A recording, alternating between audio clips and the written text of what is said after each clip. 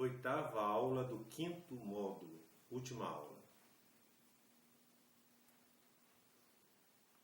Sejam bem-vindos, queridos e amados alunos e alunas do curso Mater Dei de Teologia Básica para Leigos. Nós hoje vamos, mais uma vez, nesta oitava e última aula do quinto módulo. Nós estávamos estudando, vamos continuar estudando as Sagradas Escrituras até o nono módulo. E hoje nós vamos concluir o bloco dos livros históricos. Mas antes nós vamos pedir a Deus que nos ilumine, nos abençoe nesse nosso estudo para o maior entendimento e conhecimento da sua vontade, da sua mensagem de amor para a nossa salvação. Em nome do Pai, do Filho e do Espírito Santo. Amém. Senhor Deus, fazei que nós, vossos filhos, que buscamos conhecer mais os vossos ensinamentos, cresçamos na nossa fé e no vosso conhecimento, para que possamos adorar-vos e amar-vos como vós mereceis. Por nosso Senhor Jesus Cristo, vosso Filho, na unidade do Espírito Santo. Amém. Em nome do Pai, do Filho e do Espírito Santo. Amém. Então, amados irmãos, nós vamos continuar o nosso estudo, concluindo então esse bloco dos livros históricos. Hoje nós vamos falar sobre os três livros, agora de Tobias, Judite e Esther. Depois nós vamos falar sobre os livros dos Macabeus, os dois últimos livros históricos. Então, Tobias, Judite e Esther e os dois livros de Macabeus.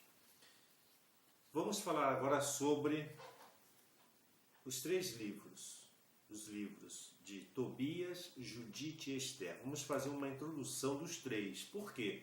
Porque os três se identificam, né? Esses três livros apresentam um aspecto em comum. Por isso que nós vamos agora comentar os três de uma maneira geral. E previamente nós vamos caracterizar esse conjunto desses três livros, Tobias, Judite e Esther. Não são obras meramente históricas, elas não narram uma história propriamente dita. A intenção dos seus autores, o objetivo deles é evidente. Qual é o objetivo? Servir-se de elementos históricos conhecidos como uma moldura ou pano de fundo, na qual inseriram, sob uma forma concreta, ensinamentos religiosos. É Midrash, como nós estudamos. É uma narrativa histórica, mas com finalidade de ensino religioso. Os fatos verdadeiros, ou mais ou menos fictícios, embelezados, poetizados, são, no entanto, um modo de apresentar uma ideia, um ensino, um ensinamento. Nestes livros, lemos o que se pode chamar de narrações episódicas ou, simplesmente, leitura edificante, ou seja, com a finalidade de edificar os crentes, os fiéis. Esses livros não se encontram entre os livros canônicos definidos no Concílio de Jâmnia, no ano 100 depois de Cristo, quando os sábios judeus, sacerdotes e doutores da lei, definiram quais eram os livros inspirados. Nós já vimos isso em outro módulo, em outra introdução. E como esses livros não preenchiam aqueles requisitos exigidos por eles, eles não foram incluídos. O livro de Esther teve parte dele não aceito, ou seja, do capítulo 10, versículo 4, ao capítulo 16. Foram 6 capítulos, praticamente, que não foram aceitos dentro do cânon hebraico. E, posteriormente, também, Lutero os excluiu no século XVI, todos esses livros, considerando-os apócrifos e, por isso, não canônicos. Ou seja, Lutero, como os hebreus de Jâmnia, os sábios de Jâmnia, eles não aceitavam esses livros como inspirados. O livro de Tobias possui 14 capítulos e 244 versículos. O livro de Judite possui 16 capítulos e 338 versículos. O livro de Esther, completo para nós na Bíblia Católica Canônica, possui 16 capítulos e 276 versículos. Agora passemos a cada um desses livros para nós entendermos. O livro de Tobias Quem foi o autor do livro de Tobias? O nome original em hebraico, Tuviá, desse livro Tobias, em hebraico Tuviá, cujo significado em hebraico significa bom é o Senhor, não possui um autor definido. Como nós vimos até agora, na maioria, 99% dos livros que nós estudamos até agora, do Antigo Testamento, nesse momento, a maioria não tem um autor definido, pois se desconhece quem o tenha redigido. Foi escrito anteriormente, ou seja, de uma maneira original, em aramaico.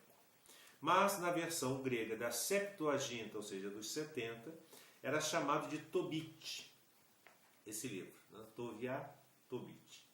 Até pouco tempo atrás se conhecia essa versão em grego, que se considerava original, e em duas versões latinas, a latina antiga, a Vetus Latina, e a de São Jerônimo, chamado de Vulgata, o qual dizia ter usado um texto aramaico que foi perdido. Então, o próprio São Jerônimo diz que quando ele fez a versão para o latim, ele afirma que não pegou do grego, mas ele pegou de um texto aramaico que foi perdido no tempo. Ninguém sabe onde se encontra. Entretanto, as recentes descobertas do Mar Morto em 1947, na localidade chamada Qumran, trouxeram à luz fragmentos em aramaico que se achavam perdidos até então, e alguns outros em hebraico, desse livro de Esther, de Tobias, que respaldam, ou seja, dão verossimilhança e dão respaldo à Vetus Latina antes de São Jerônimo, adotado como texto base na nova Vulgata, ou seja, hoje a Neo Vulgata, que é uma versão em latim posterior a São Jerônimo, se baseia na Vetus Latina. Embora seja um livro da escola deuteronômica e, portanto, excluído do cânon restrito dos rabinos de Jâmnia, no fim do século I, o livro era muito impopular entre os judeus do tempo de Jesus. Ele era muito impopular e nos ajuda, porém, a entender e a conhecer a espiritualidade judaica na diáspora, ou seja, fora da terra de Canaã, de onde logo mais tarde se espalharia o cristianismo. Então, praticamente, esses livros prepararam a chegada do cristianismo. E qual é a datação desse livro? Na cronologia bíblica, onde ele se encontra? No tempo. O livro foi escrito por volta do ano 200 a.C. e na língua aramaica, né? Embora tenham alguns textos em hebraico, mas originalmente em aramaico. E qual foi a finalidade do autor do livro em escrevê-lo? Embora esteja incluído entre os livros históricos, ele é do gênero sapiencial e deve ser lido como tal, como um livro de sapiência, de sabedoria. É uma história didática, tem um fim de ensino. É uma espécie de romance ou novela, o gênero literário, que se destina a transmitir o quê? Um ensinamento. A preocupação do autor está em apresentar o exemplo de um judeu justo, fiel a Deus, mostrando que a verdadeira sabedoria, ou seja, o caminho para a felicidade, consiste em quê? Em amar a Deus e obedecer à sua vontade, que se encontra onde? Nos mandamentos. Aconteça o que acontecer, procurando estimular e fortalecer a fidelidade e a confiança, levando o crente, o fiel, a redescobrir e revalorizar a sua fé, tradições e valores de Israel. A finalidade, portanto, deste livro é ensinar. E qual seria o resumo e conteúdo desse livro? O esquema geral dessa obra é a sequência da sua história. Como assim a sequência da sua história? Primeiro, as origens de Tobit e a sua piedade, é o capítulo 1. Depois, Tobit, ou Tobias, no cativeiro, capítulo 2, versículos de 1 a 9. Depois, a sua resignação nas provas, ele aceita a aprovação de Deus. Capítulo 2, versículos 10 ao capítulo 3, versículo 6. Depois vem Sara, no meio da sua aflição, ora ao Senhor. Capítulo 3, versículo 7 ao versículo 17. Depois vem o discurso de Tobias a seu filho, que é o capítulo 4. O filho de Tobit empreende a viagem, acompanhado por um anjo, capítulo 5, versículo 1 ao capítulo 6, versículo 9. Depois vem as bodas do filho de Tobit com Sara, o casamento dele, capítulo 6, versículo 10 ao capítulo 8, versículo 9. Depois vem Gabael, que assiste às bodas, ou seja, o casamento, capítulo 9. Regresso de Tobias para junto de seus pais, capítulo 10, versículo 11. E a revelação do anjo, capítulo 12. O cântico de Tobias, ou Tobit, capítulo 13. E a morte de Tobit e de Tobias, no capítulo 14. Então, digamos, é o conteúdo, né? Agora nós vamos ao livro de Judite, né? Ao livro de Judite. Quem é o autor do livro de Judite? Quem escreveu, quem redigiu esse livro? O livro de Judite foi escrito onde? Na Palestina, vejam bem. Aí nós podemos ter uma ideia de quem foi que podemos identificar o seu autor. Sendo possível ter sido escrito originalmente em hebraico ou aramaico, a composição original, chegando até nós em versão grega, portanto, contado entre os deuterocanônicos. Quer dizer, ele foi escrito em hebraico ou aramaico, mas nos chegou em língua grega. Por isso que ele é contado entre os deuterocanônicos. Não é aceito no cânon hebraico e também na Bíblia protestante. Na Bíblia católica é aceito como inspirado e, portanto, é um livro canônico. A sua autoria é desconhecida. E esse livro não consta no cânon hebraico, nem na protestante, como eu acabei de falar. Quando ele foi escrito?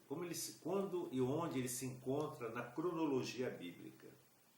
Esse livro foi escrito por volta do ano 150 a.C., provavelmente na Palestina, em hebraico ou aramaico.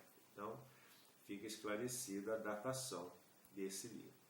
Mas qual foi o objetivo que o autor teve em escrever esse livro? O objetivo foi, este livro, cujo nome é o da sua figura principal, né, mostra-nos como Israel domina todas as dificuldades, ele vence as dificuldades quando é fiel ao Senhor. As pessoas e os lugares nele descritos fazem crer que o autor pretendeu dar nomes fictícios, embora não se saiba exatamente o motivo. O significado de alguns desses nomes enquadra bem o próprio conteúdo do livro. O nome da heroína, Judite, que lhe serve de título, simboliza o quê? A juíza, a judia, perdão. O próprio nome Judite significa a judia, aquela que nasceu na Judéia. Expressão frágil e desamparada do próprio Israel, sob a ameaça dos inimigos. O importante, contudo, é a lição que nos dá e é dada pelo seu cântico. Só os que temem o Senhor podem ser grandes em todas as coisas. E qual é o resumo e conteúdo desse livro? O livro de Judite divide-se em duas partes. A primeira parte relata os antecedentes do cerco a Betúlia. E a segunda parte, a vitória dos judeus. Nessa primeira parte, os antecedentes do cerco a Betúlia, nós encontramos o poder de Nabucodonosor, rei da Babilônia, a expedição de Holofernes, o procedimento das nações gentias, os judeus preparam-se para a guerra, o discurso de Aquior e Holofernes e a resposta de Holofernes. Já na segunda parte do livro, que é a vitória dos judeus, nós encontramos a situação que se torna difícil em Betúlia, Judite diante dos chefes do povo, nós temos a oração de Judite, o caminho do acampamento assírio, na presença de Holofernes, Judite na ceia de Holofernes, depois do seu regresso triunfante à cidade, nós temos o ataque contra os assírios, nós temos a vitória completa dos judeus, depois o cântico de Judite e, por fim, a conclusão da história de Judite. Estamos muito provavelmente, nesse livro, diante de um texto didático, ou seja, composto a partir de um núcleo original, que ele quer ensinar alguma coisa. Com efeito, o texto que chegou até nós apresenta dois históricos e geográficos que põem muitos problemas, quer de situação, quer de identificação. Por exemplo, Nabucodonosor é posto a lutar contra um Medo, de nome Arfaxad, que não se sabe exatamente quem é. Disse igualmente que conquistou Ecbatana, quando se sabe que ele nunca conquistou essa cidade nem combateu os medos. A cidade de Betúlia, o sumo sacerdote Joaquim e a própria Judite, excetuando a filha de Jacó Elia, não aparecem referidos em nenhum outro texto do Antigo Testamento. De maneira que, às vezes, esses nomes, essas situações geográficas levam uma certa confusão. E qual é a mensagem teológica, né, para nós podermos entender esse livro? Né? A mensagem teológica é o seguinte: quando Holofernes e os assírios sitiam Betúlia, esgotou-se a água na cidade e os seus habitantes estavam na iminência de perecer. Foi então que uma viúva chamada Judite traçou um plano e pôs em prática este plano, que levou os sitiantes à debandada e deu a vitória final aos israelitas. Como quer que seja, e para além dos pormenores históricos e geográficos, a doutrina do livro de Judite merece a nossa atenção. Estamos diante da afirmação de verdades que em nada põe em causa o conjunto teológico do Antigo Testamento. Esse livro não narra nada que vá contra, né, o sentido e a narrativa teológica do Antigo Testamento. Proclama-se a providência de Deus para com o seu povo, a onipotência, a realeza, a sabedoria universal de Deus. A ideia da dor e do sofrimento como prova. A centralidade, a reverência e o valor do templo. O valor do jejum, da oração e dos atos de penitência. Enfim, este livro manifesta, sobretudo, que o amor de Deus pelos pequenos, servindo-se de todos os meios para os defender. Nesse caso, de uma mulher que nunca tinha participado de uma guerra. Esse é o livro de Judite. Agora vamos passar ao livro de Esther. Quem escreveu o livro de Esther? A autoria desse livro.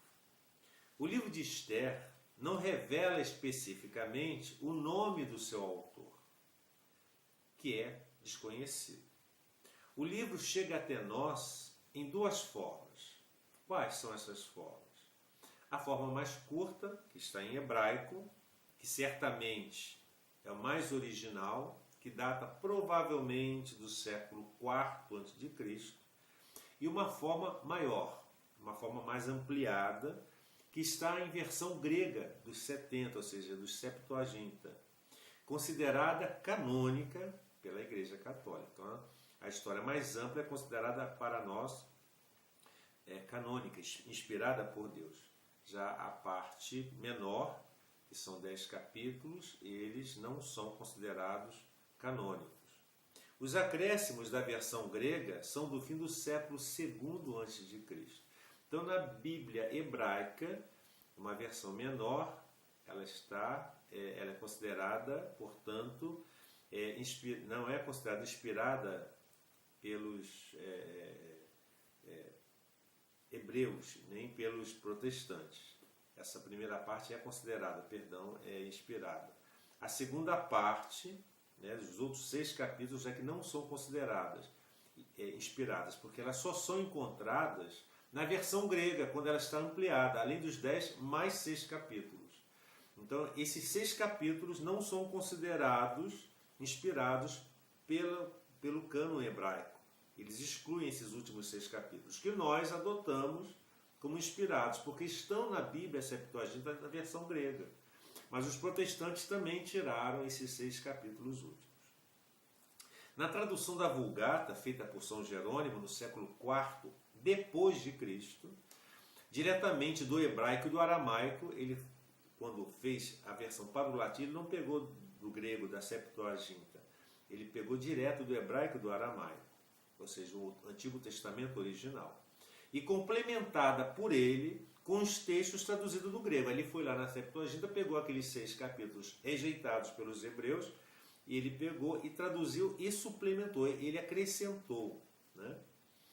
a partir do versículo 4 do capítulo 10 ao fim, ou seja, o último versículo 23 do capítulo 16, já que esses complementos não eram considerados canônicos pelos judeus e nem por Lutero posteriormente.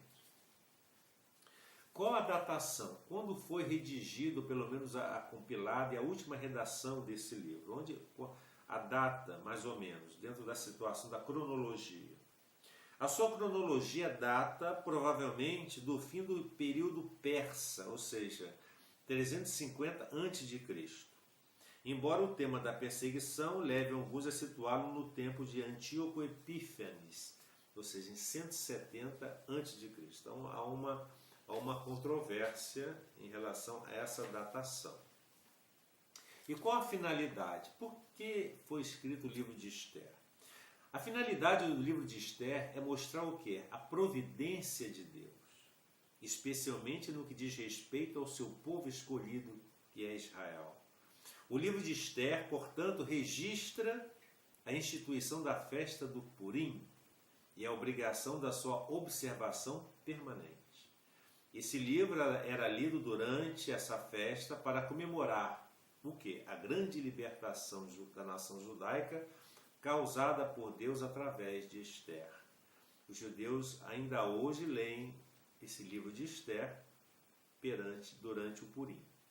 Né? E qual o resumo e conteúdo desse livro?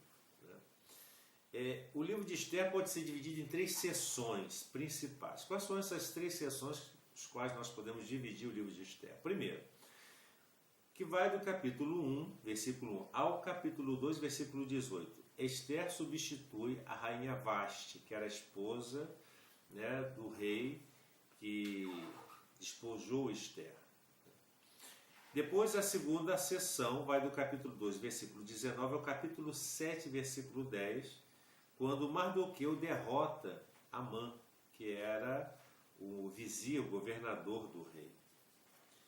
E a terceira seção vai do capítulo 8, versículo 1, ao capítulo 10, versículo 3. Israel sobrevive à tentativa de Amã de destruí-los. Então, a libertação por parte de Deus. Isso aí é muito importante para todos nós entendermos. Né? Qual a mensagem teológica desse livro de Esther?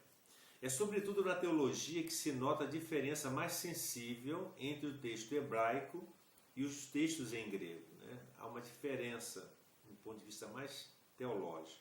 No texto hebraico não existe sequer referência ao nome de Deus. Seja qual for a razão que levou a uma narrativa de aspecto aparentemente laico, pressupõe-se que por detrás das vicissitudes da experiência histórica existe uma outra instância da qual poderá haver as respostas para os problemas se os humanos não forem capazes de resolver. É uma evidente referência a Deus, implícita, mais forte. Além disso, toda a narrativa se desenvolve num ambiente e com uma ressonância sapiencial evidente, bem clara. Ora, toda a sabedoria oriental, mesmo quando expressa numa linguagem aparentemente profana, está imbuída de um profundo humanismo religioso. Uma das evidentes novidades do texto grego é a maneira como sublinha os vários aspectos teológicos. Em concreto, o que é a intervenção de Deus como providente, condutor dos acontecimentos históricos. Tudo está sob o seu controle, embora aparentemente não pareça. À primeira vista, pareceria que foi esta a razão que levou os acrescentos gregos. Né? Então, diante dessa dificuldade, parece que os complementos em grego foram para justamente suprir essa dificuldade. Mas, fosse ou não essa a intenção principal, o fato é que o texto grego enquadra toda a história no contexto de um sonho que é contado a partir do princípio da explicação e explicado no fim. Tudo o que acontecera já tinha sido revelado a Mardoqueu por meio daquele sonho. Estava previsto que aquilo iria se cumprir. Isso é a expressão de uma concepção de história conduzida providencialmente, ou seja, Deus que conduz a história, que vê os acontecimentos como que um plano de Deus. Precisamente no final do capítulo 4, ao aproximar-se do momento decisivo, é que o texto grego insere os suplementos, né, da Septuaginta, como uma oração de Mardoqueu e uma outra de Esther, cheias de ressonâncias bíblicas. Aliás, os conflitos, como os apresentados neste livro, procuram empurrar as partes em litígio para comportamentos, que só quando excessivos dão a sensação de vitória. De fato, na Bíblia, o castigo dos maus, mesmo quando é atribuído a Deus, tem frequentemente aspectos excessivos. É também importante, do ponto de vista religioso, o fato do livro de Esther servir como texto justificativo para explicar e justificar a existência do Purim, que se tornou uma das mais pitorescas do calendário religioso dos judeus, semelhante ao carnaval, né? Agora, para terminar, nós vamos estudar, né, esses livros históricos, os livros dos Macabeus, o primeiro e o segundo livro. Quais são as características desses dois livros de Macabeus? Vejam bem, com o título de Macabeus são designados dois livros, o primeiro e o segundo de Macabeus, que fazem parte da Sagrada Escritura, embora sejam conhecidos mais dois com esse nome na antiga literatura judaica. Nos primeiros séculos da Igreja, houve algumas dúvidas que se deveriam ou não considerá-los canônicos. De fato, não constam no cânone da Bíblia hebraica dos judeus, né, palestinenses, mas fazem parte da Bíblia do judaísmo de Alexandria. Então, quando se fala da Bíblia hebraica dos judeus palestinenses, ou seja, da Palestina, mas fazem parte do judaísmo de Alexandria, ou seja, da diáspora. Este fato veio a criar, por parte das igrejas protestantes, uma atitude de reserva em relação a esses livros. Quanto aos outros dois, cedo lhes foi causada a classificação de livros bíblicos, tanto pelos judeus como pelos demais cristãos. Chamam-se Macabeus não porque tal fosse o nome de seu autor, mas porque Judas, o protagonista dos principais acontecimentos narrados nos dois livros, foi denominado Macabeu. Porém, foi São Clemente de Alexandria, já no terceiro século depois de Cristo, quem pela primeira vez lhes atribuiu esse título, que se tornou corrente na tradição cristã. Muito provavelmente, com esse nome, ter-se-á querido salientar a missão que Deus, Senhor da história, quisera confiar a Judas Macabeu. De fato, o termo Macabeu aparece em Isaías, capítulo 62, versículo 2, com um significado de designado por Deus, que corresponde perfeitamente à qualidade de Judas, como é descrito no segundo livro de Macabeus, capítulo 8, versículos de 1 a 7. Também é muito semelhante ao que se diz dos chefes carismáticos do período dos juízes e ao papel dos que têm a missão de libertar o povo de um poder político ou de uma cultura que não respeita a fé de Israel. Os dois livros de Macabeus, portanto, são livros históricos, segundo os critérios hagiográficos da época, e com uma acentuada preocupação religiosa e, portanto, edificante. Mais do que uma narração objetiva dos acontecimentos desse período, nem sempre concordantes, porque entre si distintos e independentes, esses dois livros, primeiro e segundo Macabeus, assemelham-se aos dois evangelhos sinóticos. O primeiro livro abrange o período que vai de 175 a.C. a 134, ou seja, a subida do trono de João Hircano. E o segundo livro cobre o período de 175 a 160, ou seja, a morte de Nicanor. Esses livros não se encontram no cânon hebraico, como nós já vimos, nem no cânon da Bíblia protestante definida por Lutero. Agora vamos aos dois livros, ao primeiro e o segundo livro dos Macabeus. Quem escreveu o primeiro livro dos Macabeus? O primeiro livro dos Macabeus é obra de autor desconhecido, mas bom conhecedor da Palestina e imbuído de fé que caracteriza o povo eleito. É precisamente esta fé que o leva a narrar a história recente de seu povo. Para quê? Para impedir os seus irmãos de raça a serem infiéis à aliança. Quando foi mais ou menos escrito? Qual a datação desse livro? Foi escrito provavelmente no tempo de João Hircano, por volta do ano 120 a.C., em hebraico e aramaico, sendo que foram perdidos esses textos originários, restando somente o texto grego. E a finalidade desse livro tem uma narrativa que se estende num período de 40 anos, de 175 a 135. Nesse livro, o objetivo é alimentar particularmente os sentimentos de fé, uma fé ardente, acompanhada de um sentimento quase que exagerado da infinitude de um único Deus, de uma insondável fidelidade à lei e de um apego fanático, digamos assim, à cidade santa de Jerusalém. Então, o resumo do seu conteúdo, poderíamos dizer o seguinte: esse livro nos apresenta as seguintes 4 divisões. Primeiro, o ambiente político e a revolta de Matatias. A presença, a vitória de Alexandre Magno, o domínio, depois Antíoco Epifânio, a perseguição religiosa e os feitos de Matatias. Na segunda seção nós temos Judas Macabeu, as primeiras vitórias de Judas, a purificação do templo, a guerra contra os povos vizinhos, a morte de Antíoco na Pérsia. Antíoco Eupátor ataca a Judéia e faz a paz com os judeus. Demétrio, sucessor de Eupátor, declara guerra a Judas Macabeu, e Judas Macabeu alia seus romanos. E por fim a morte de Judas Macabeu. No terceiro bloco nós temos os feitos de Jonatas, que é o sucessor de Judas Macabeu, a modificação da situação dos judeus. Jonatas aproveita-se da guerra civil dos sírios, depois a confirmação da situação de Jonatas, depois a aliança com os romanos e com os espartanos, e por fim Jonatas em poder de Trífon. E na última 4ª sessão nós temos Simão, príncipe do povo judeu.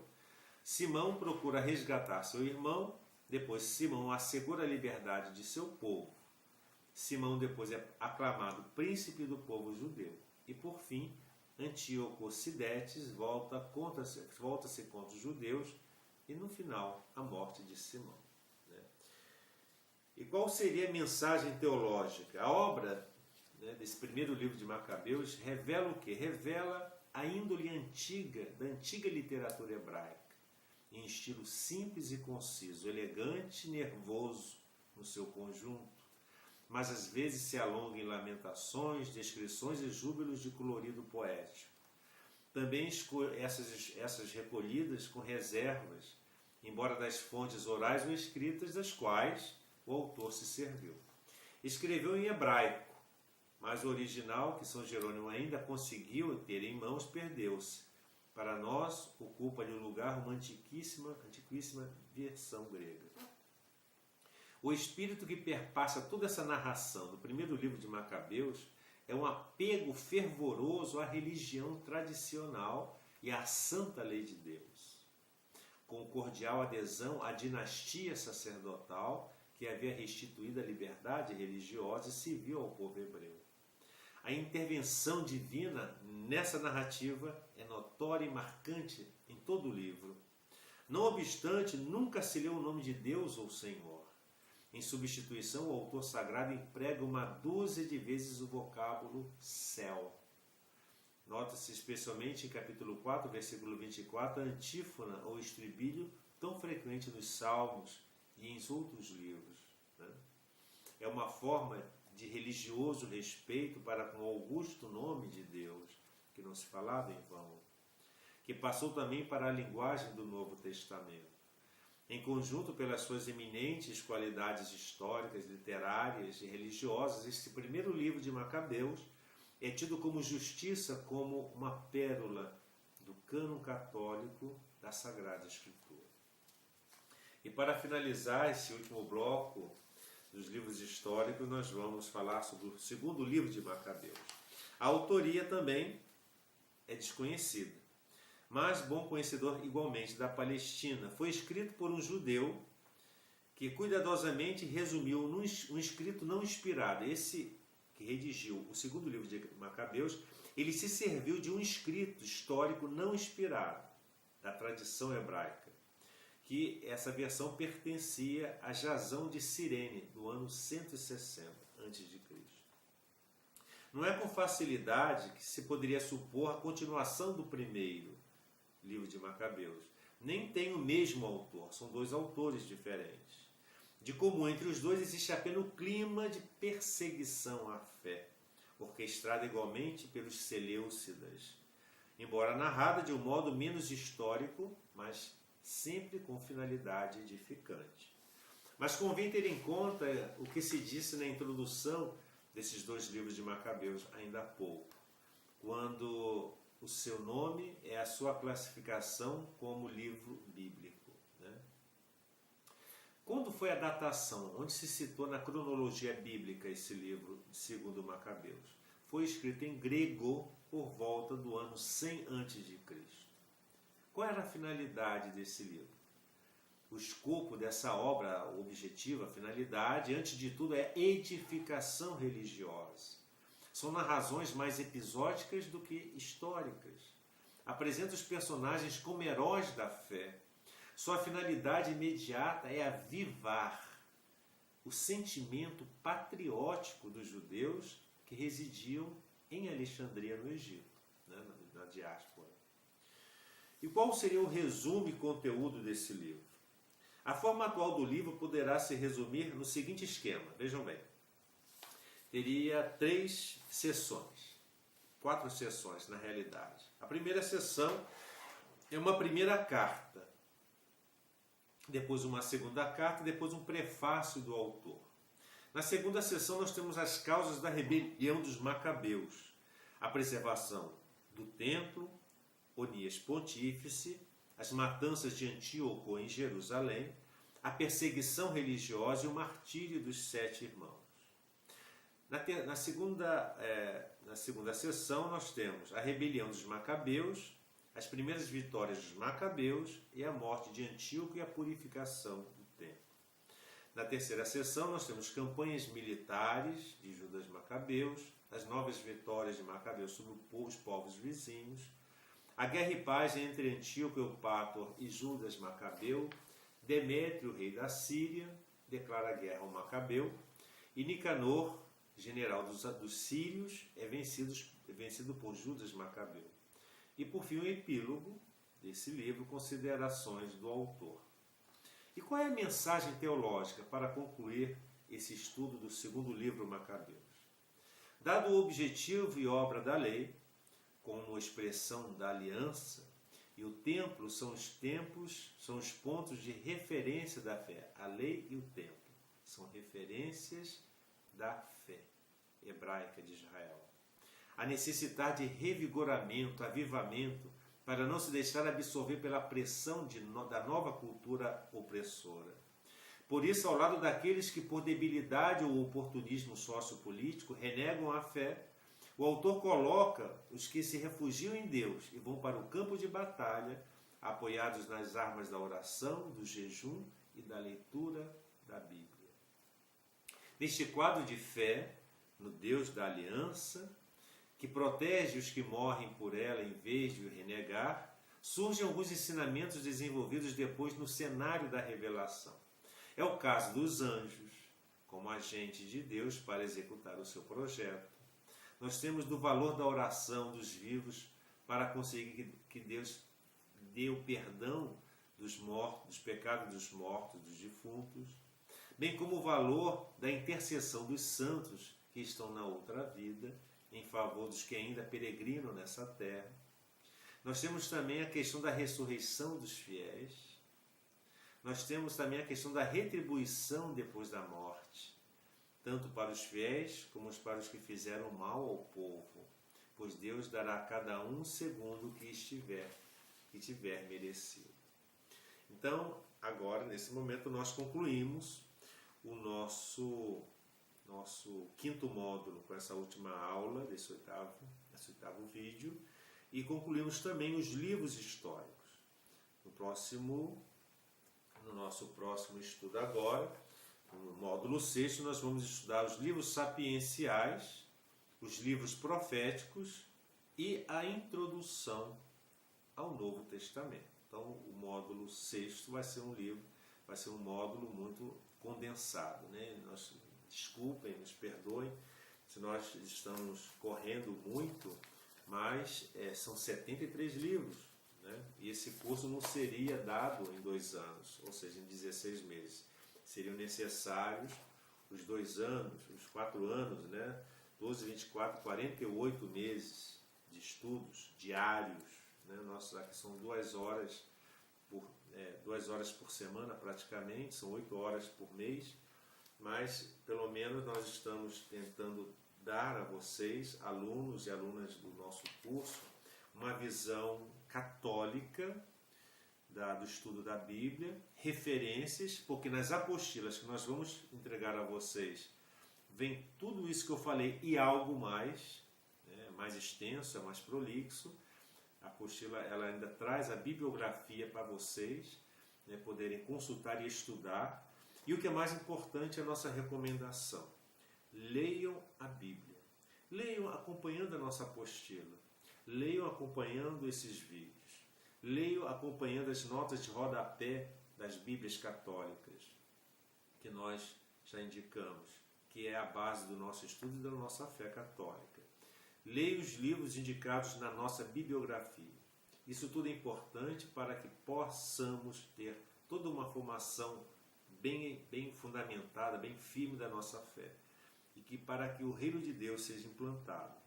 E peço que não fiquem só com vocês esses conhecimentos. Divulguem esses conhecimentos sobre a verdade de Deus, sobre as verdades da Igreja, reveladas através das Sagradas Escrituras.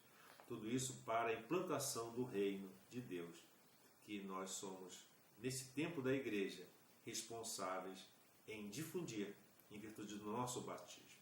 Que o Senhor nos abençoe, guarde-nos de todo o mal e nos conduza à vida eterna. Amém.